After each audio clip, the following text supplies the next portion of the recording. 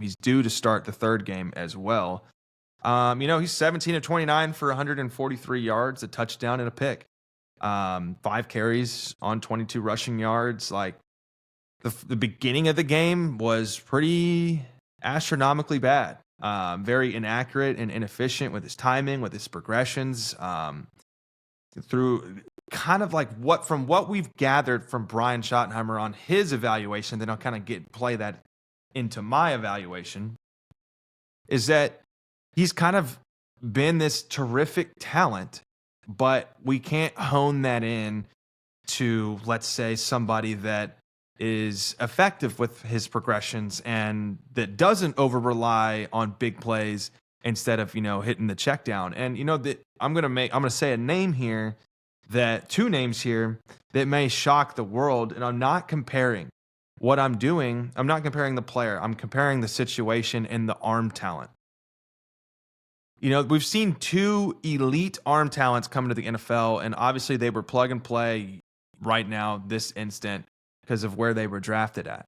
And of course, they had a lot more history in collegiate ball than Joe Milton, but the 2 quarterbacks happen to be, the number 1 and number 2 best quarterbacks in the current NFL today, Patrick Mahomes and Josh Allen. So Patrick Mahomes in his early career was absolutely phenomenal. Big play, deep ball potential, rocket of an arm, one of the best arm talents we have seen in the history of the NFL. But, he had Tyreek Hill and these deep threat abilities, Travis Kelce in his prime. And that's a great thing. I'm not even knocking it. What I'm saying is he had the luxury of going to those plays, going to those deep threats because of his arm. But then he lost those pieces and he had to take a step back and learn, when should I take a check down? How should I take a check down? And when can I be selectively aggressive to pass to the second or third level?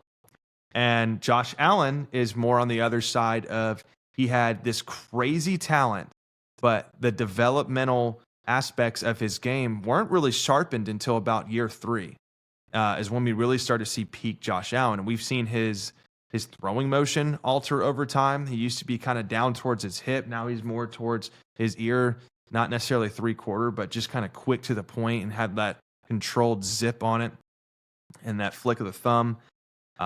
His decision making has gotten a lot better. Brian Daboll played a huge role in that developmental process, but he was wild. He was highly inaccurate. The touchdown interception ratio is kind of eye opening. It was this guy a bust? Is this guy? We can see the talent, but we haven't seen it all put together yet until year 3 when it was put together. Joe Milton is currently in year 2. So, and he's only played 1 season as a starting quarterback in collegiate football. So being in this system with a new coach, Brian Schottenheimer, and that's something to also consider, is that it is a new system.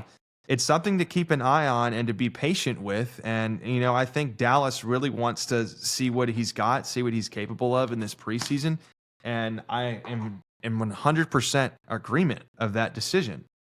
But from what it's looking like, even after this third game, I would go out and get a veteran. I would go get a veteran, and I would keep, in my opinion, if it were me, I'm keeping Milton as a number 2 on the roster, but have then constantly be competing and chatting in practice to make sure that those developmental traits are on track. They're on pace towards being game ready.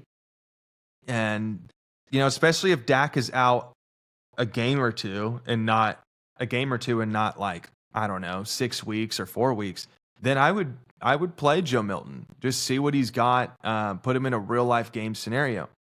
And honestly, my takeaway from what I've seen from Milton so far is, we've seen some big crossing routes that have been missed by Joe Milton big time. We've seen some fun 50-yard throws to Jonathan Mingo and Trayshawn Holden. Those cats that are running around trying to earn a roster spot. But in this new system, there has been plenty of inaccurate throws, but you can see the talent. You can see the freakish athletic plays.